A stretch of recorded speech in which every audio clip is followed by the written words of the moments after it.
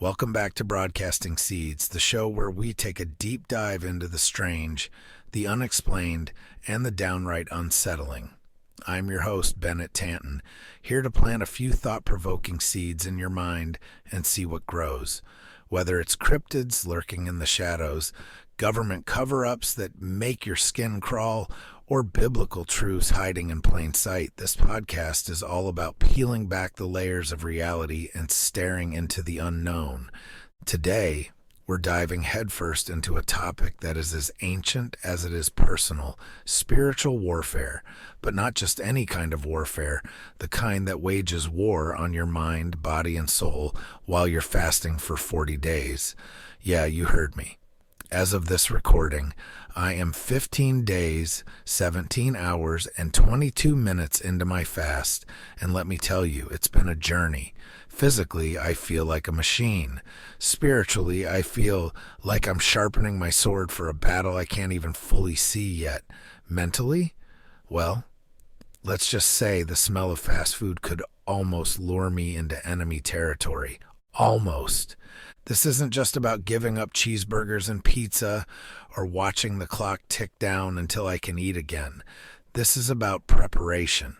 It's about training myself for a battle that's coming, a battle I feel deeply but can't yet define.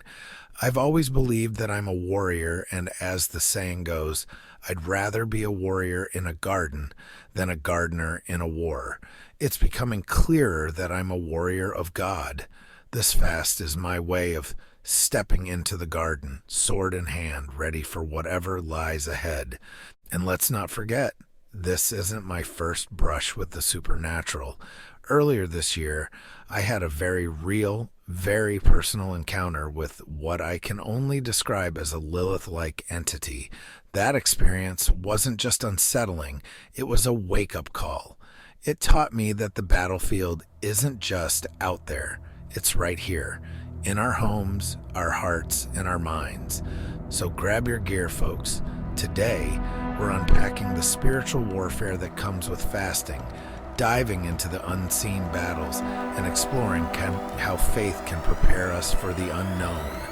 Let's go.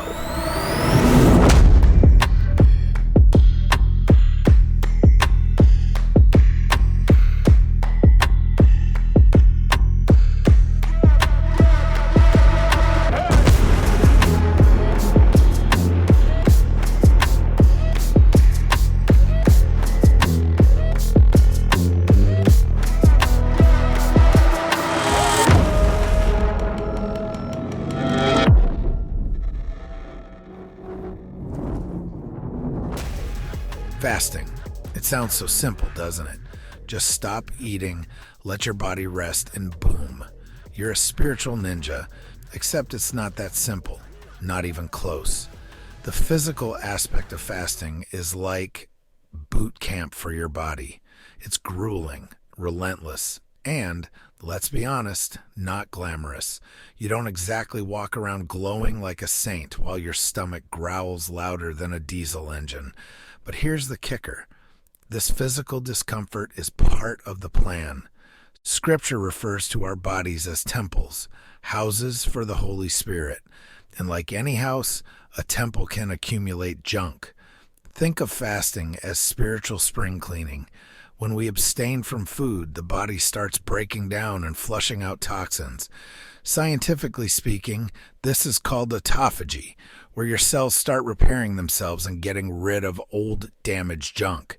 Spiritually speaking, it's like God's own detox program. For me, these past 15 days have been transformative. My energy levels are up and down, and my mind feels clearer than it has in years. But don't mistake that for an easy ride. The physical battle's real, and it's humbling. Every time I feel a hunger pang, it reminds me just how fragile and dependent I really am. That feeling? That's the point. Fasting strips away the illusions of control we cling to. It shows us how dependent we are on food, comfort, and honestly, a good slice of pizza. It reminds us that every single breath, every beat of our hearts is a gift from God. It's humbling, and it's a little bit humiliating too. But the physical benefits aren't just a bonus, they're preparation. A strong body can better serve a strong spirit. When I say I feel like a machine, I mean it.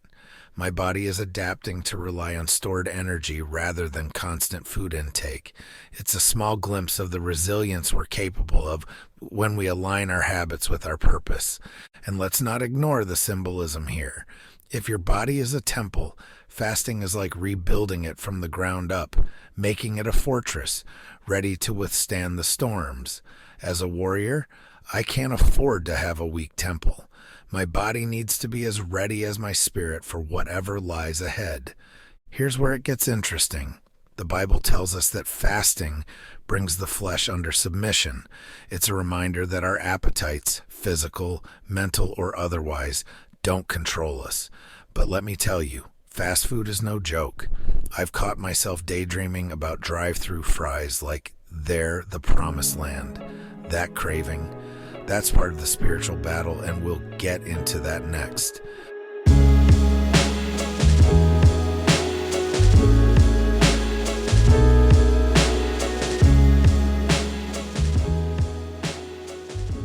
If the physical battle of fasting is about strength, the mental battle is about strategy. Let me tell you, folks, the mind is a battlefield, and during a fast, it's a noisy one. The temptations don't just knock on the door, they kick it in and make themselves at home. For me, the cravings have been loud, persistent, and oddly specific. Fast food, of all things, has been my biggest mental nemesis. Burgers, fries, pizza, fried chicken, like a rogue playlist on repeat. It's all I can think about sometimes. Why is it that the things you know aren't good for you are the things you crave the most? It's not just about food, it's about comfort, it's about distraction. When you're fasting, those cravings become amplified like the volume knob on temptation gets cranked up to 11. But here's the thing, this isn't just about food, this is mental warfare. Temptation is the enemy's way of exploiting your weakness, and fasting brings every weakness to the surface. It's like shining a flashlight into the dark corners of your mind. The things you've been able to ignore, the habits, the vices, the little compromises, they all come crawling out. And let me tell you, facing them isn't pretty, but it is necessary. Cravings are a perfect example. The enemy uses them to keep you distracted, to make you focus on what you lack rather than what you're gaining. Every time I feel the pull of those greasy fries, I remind myself why I'm doing this fast in the first place. This isn't about deprivation, it's about preparation. It's about training my mind to focus on the eternal, not the temporary. Let's get real for a second. How often do we fill our minds with junk to avoid dealing with the deeper issues? Fasting forces you to face those issues head on. It's uncomfortable. It's exhausting, and sometimes it feels like you're losing the battle. But here's the truth. Every time you say no to a craving, you're saying yes to something greater. I think about Jesus during his 40 days in the wilderness. The devil didn't come at him with an army or a weapon. No, the enemy came at him with words, with temptations, with mental games. If you are the Son of God, turn these stones to bread. Matthew 4:3. It wasn't about bread, it was about doubt. It was about trying to pull Jesus' focus away from his mission. That's what mental warfare looks like. It's subtle, it's personal, and it's relentless. During this fast, I've realized how much mental clutter I've allowed to build up over the years. Fasting is like clearing that clutter, sweeping away the distractions so I can focus on the voice of God. And speaking of clarity, let me tell you about a moment that rocked me to my core. Earlier this year, I had a direct encounter with what I can only describe as a Lilith-like entity. That experience wasn't just terrifying, it was revealing. It showed me how the enemy uses mental tactics to create fear and doubt. It taught me that spiritual battles often begin in the mind, where the enemy plants seeds of confusion, temptation, and despair. When I woke up that night at 3:49 a.m., drenched in a sense of dread, I knew the battle wasn't over. Reciting prayers of protection wasn't just about words.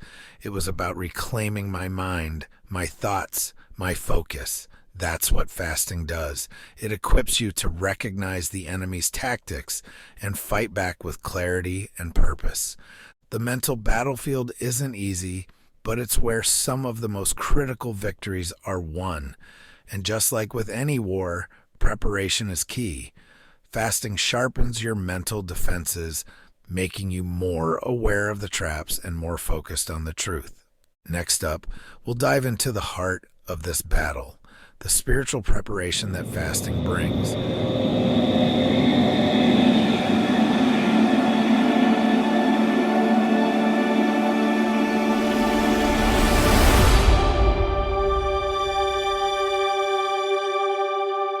The physical and mental battles are intense, no doubt, but they're just the training ground. The real war, that happens on the spiritual level. Fasting isn't just a test of endurance. It's preparation for a battle you may not even realize you're about to face. For me, this fast has felt like sharpening a sword for a fight that's just over the horizon. A fight I know is coming, even if I can't quite see it yet. Let's get one thing straight. Spiritual warfare isn't a metaphor. It's real. It's happening all around us, whether we acknowledge it or not. Ephesians 6:12 says it best. For we wrestle not against flesh and blood, but against principalities, against powers, against the rulers of the darkness of this world, against spiritual wickedness in high places. This isn't just Sunday school talk. It's a call to arms. Fasting is one of the most ancient and powerful ways to prepare for this kind of battle. It's not just about giving something up. It's about gaining something greater, spiritual clarity, strength, and focus. When you fast, you're not just detoxing your body, you're detoxing your spirit. You're clearing out the distractions, the noise, and the static that keeps you from hearing God's voice. During this fast, I found myself drawn to prayer like never before. It's not a chore or a checkbox on a spiritual to-do list. It's a lifeline. When the cravings hit, when the mental fog creeps in, I pray. I'm not talking about flowery, polished prayers. I'm talking raw, real, God, I need you right now prayers. And let me tell you, He has shown up. This fast has reminded me that spiritual preparation isn't just about defense, it's about offense. It's about putting on the full armor of God, not just to protect yourself, but to advance the kingdom. Every moment of weakness is an opportunity to grow stronger in faith. Every temptation is a chance to declare, "Not today, Satan." And let's not forget the stakes here.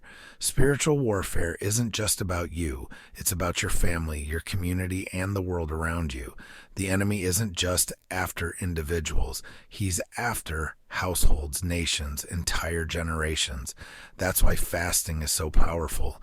It's not just personal. It's intercessory.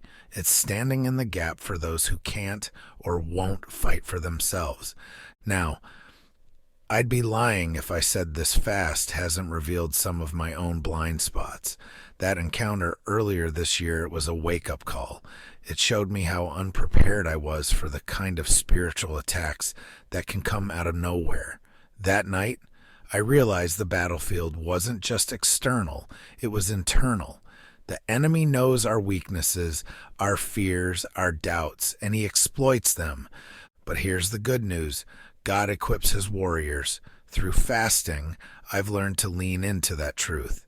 It's not about being perfect or having all the answers. It's about being willing to fight, willing to endure, willing to trust that God's strength is made perfect in our weakness.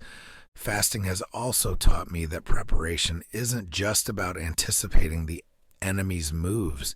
It's about aligning yourself with God's will. When you fast, you're not just saying no to food. You're saying yes to God. You're making room for Him to work in your life in ways you can't even imagine. This spiritual preparation is what transforms fasting from a physical challenge into a divine encounter. It's what turns a simple act of discipline into a powerful act of worship. And it's what equips us to stand firm in a world that desperately needs warriors who are ready to fight for truth, justice, and faith. Next, we'll explore how the warrior mindset ties into this battle and why being a warrior in a garden is so critical in these times.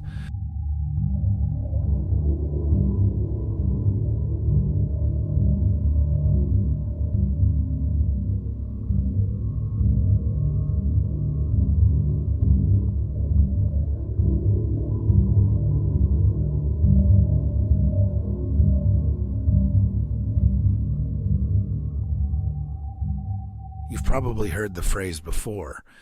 It's better to be a warrior in a garden than a gardener in a war. It's one of those sayings that sticks with you because it holds a profound truth about life and preparation. A warrior in a garden may seem out of place, but they're ready. A gardener in a war? They're in trouble. This adage has been my mantra throughout this fast, and it's never felt more relevant. Fasting is about stepping into that garden and choosing to prepare anyway, even when the battle isn't visible. The world we live in today doesn't value preparation. We're told to live in the moment, chase comfort, and avoid discomfort at all costs. But warriors know better. Warriors know that the fight often comes when you least expect it, and the time to train is long before the first shot is fired. The concept of being a warrior in a garden isn't about paranoia or waiting for the worst to happen. It's about readiness, spiritual, mental, and physical readiness. When you fast, you're stepping into that warrior role. You're choosing to sharpen your mind and spirit, even though the garden around you seems peaceful. Here's the twist. The garden isn't always what it seems. Earlier this year, when I had my encounter with that Lilith-like entity, my so-called garden became a battlefield in an instant. I wasn't expecting it, but I wasn't completely unarmed either. That experience taught me that the unseen war is closer than we think. The enemy doesn't wait for an invitation, and the attacks don't always come in ways we expect. Being a warrior means recognizing that the garden itself can be deceptive. It might look like peace, but lurking beneath the surface are challenges, temptations, and battles waiting to erupt. The grass is surely not always greener. Fasting brings that awareness to the forefront. It strips away the illusion of peace and reveals the need for vigilance and preparation. But let's talk about what it means to be a warrior in the biblical sense. This isn't about physical weapons or brute force. It's about spiritual armor. Ephesians 6 lays it out. The belt of truth, the breastplate of righteousness, the shield of faith, the sword of the Spirit. Each piece of armor is essential, and fasting is one way we ensure it's polished and ready for use. A warrior's strength isn't just in their training, it's in their purpose. And my purpose has become clearer than ever during this fast. I'm not fasting just for myself. I'm fasting for my family, for my community, and for the spiritual battles I know are coming. This isn't just self-discipline. It's an act of service and obedience to God. There's also a humility in being a warrior in a garden. You're not out there looking for a fight. You're preparing because you know one will find you eventually. And when it does, you'll be ready, not because you're fearless, but because you've taken the time to cultivate strength, wisdom, and faith. This fast has been my garden, a place to plant seeds of readiness and to grow the tools I'll need for whatever is ahead. The enemy wants us to believe the garden is safe, that there's no need to prepare. But as I've learned, especially after my encounter with that dark entity, the garden can shift into a battlefield in the blink of an eye. The question is, will you be ready when it does? That's what fasting teaches us, not just to endure, but to prepare, to be vigilant, and to trust that God is equipping us for the fight. In the next section, we'll discuss the lessons I've learned so far during this fast and how these lessons can help us all find victory in the invisible war.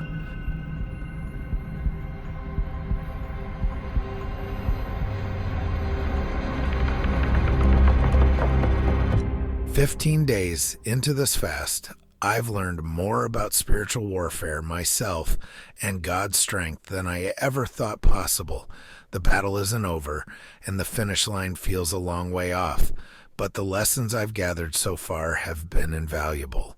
This fast has been a mirror, showing me my weaknesses, my distractions, and my dependence on things other than God. And that's the first big lesson: acknowledge the battlefield. Victory in the invisible war starts with recognizing that you're in one. Too often, we walk through life unaware of the spiritual battles raging around us, within our homes, our workplaces, and even our own hearts. Fasting strips away the illusions. When you deny the flesh, you begin to see how deeply entrenched the enemy's tactics are in your daily life. Cravings, distractions, temptations, they're all designed to pull you away from your purpose. Recognizing these patterns is the first step to breaking free from them. Another lesson is that God doesn't call the perfect. He calls the willing. I'm not fasting because I've got it all figured out. In fact, it's the opposite. This fast has shown me just how flawed and dependent I really am. But in that weakness, God has been strong. Every hunger pang, every craving, every moment of doubt has been an opportunity to lean on Him. And let me tell you, He's never let me down. Then there's the lesson of clarity through struggle. Fasting forces you to confront things you'd rather ignore. For me, that encounter earlier this year came rushing back during this fast. It wasn't just a terrifying experience, it was a reminder that the enemy is real, that spiritual warfare is personal, and that preparation is critical. Reflecting on that event during this fast has helped me process it in a new way. I see now that God allowed that moment to wake me up, to remind me that the garden I thought I was living in was actually a battlefield. But here's the thing about fasting. It doesn't just reveal the enemy's plans, it also reveals God's provision. During this fast, I've had moments of spiritual clarity that I can only describe as divine. Prayers I've whispered for years suddenly make sense. Scriptures I've read 100 times feel alive. And through it all, there's been this quiet, steady assurance that God is preparing me for something greater. One of the most powerful lessons has been that the battle isn't mine alone. Fasting isn't just about personal growth. It's about standing in the gap for others, whether it's my family, my friends, or the people I've never met who might listen to this podcast. I know that this fast is about more than just me. Spiritual warfare is a collective fight, and fasting is one way we step into that fight on behalf of others. And let's talk about humility for a second. If there's one thing fasting will teach you, it's that you're not in control. Hunger has a way of humbling you, of stripping away the pride that says, I've got this. Spoiler alert, you don't. But that's the beauty of it. In those moments of weakness, God's strength shines brightest. Victory in the invisible war isn't about being the strongest or the smartest. It's about being surrendered to the one who is. Finally, there's the lesson of perseverance. Fasting isn't easy. Spiritual warfare isn't easy. But anything worth doing rarely is. This fast has reminded me that the path of least resistance rarely leads to growth. The moments when I've wanted to quit, when the cravings felt unbearable, when the doubts crept in, those have been the moments when I've grown the most. Perseverance isn't about never struggling. It's about never giving up. Victory in the invisible war doesn't come from our strength, but from our willingness to trust God in the fight. It comes from putting on the full armor of God, from acknowledging the battlefield, and from standing firm in faith even when the odds feel stacked against us. This fast has been a small but powerful glimpse of that truth. In the next section, the outro, I'll wrap up everything we've talked about today, and I'll challenge you to think about your own battles and how you can prepare for them.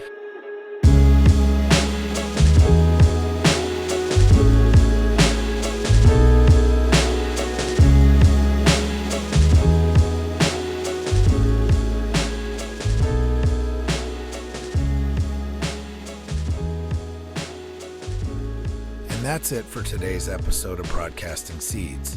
We've explored the physical, mental, and spiritual battles of fasting, dug into the importance of preparation, and unpacked what it means to be a warrior in a garden. This fast has been a personal journey, one that's reminded me of the unseen battles we're all facing and the strength that comes from trusting God in the midst of it all. As I reflect on everything we've covered, I want to leave you with this. The fight may be invisible, but it's very real. Whether you're fasting, praying, or just trying to navigate the chaos of everyday life, know this: you are not alone. The battles we face are not meant to be fought in isolation. They're meant to draw us closer to God, to sharpen our faith, and to prepare us for the purpose He's called us to. So I challenge you. Take some time this week to think about your own spiritual garden. Are you prepared for the battles that might come your way? Are you equipping yourself with the tools you need to stand firm when the ground starts to shake? Maybe fasting isn't where you start, but prayer, reflection, or even just stepping away from distractions could be your first step. Please like, share, and review the podcast. It really helps us here at Broadcasting Seeds. God bless you all, and catch you on the next episode. Yeah, I got bad thoughts that make my mind scared. Hold me hostage and they don't fight fair. Who gon' pray for me and wipe on my tears? Who gon' save me if you not right here? Move this darkness and make my sight clear. Take me your way cause I don't like here. Ghosts of my past, they feeling the night air. Wake me up, I'm trapped in my nightmares.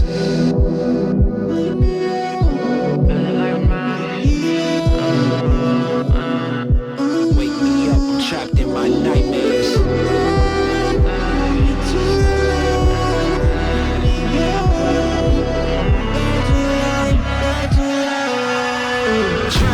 Drowning, I'm off the deep end. Apparitions of all my demons. All my thoughts are committing treason. All alone, who gon' hear me screaming?